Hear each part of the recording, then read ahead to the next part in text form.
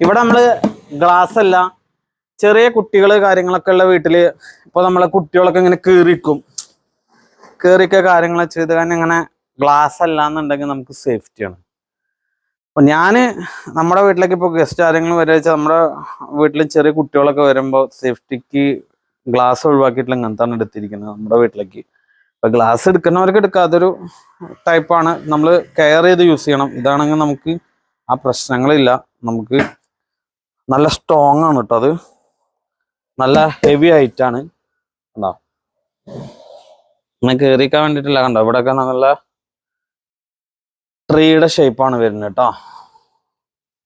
ഇത് നമുക്ക് ഓഫർ ഉണ്ട്,